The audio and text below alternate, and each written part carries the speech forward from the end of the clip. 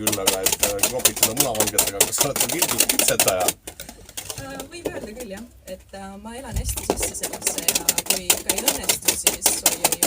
Räägi Janega pikalt ära, sest Krista klopib praegu minu ees, siis saab Krista rahulikult keskenduda muna kloppimisele. Mina igal juhul hakkan juba valmistama selleks, et kaussi enda pea kohal testida. Te olete sellised, heas mõttes ikkagi toredad, lihtsad Eesti inimesed ja olete... Nii, kohe vaatame, kas see õnnestub. Nii, ma saan aru. Tadaa! Ära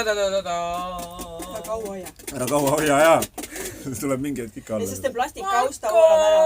Ei ole midagi, andke mu see roosa kaus siia. Ja nüüd kohe sõltumata sellest, kas hoiab või ei hoia.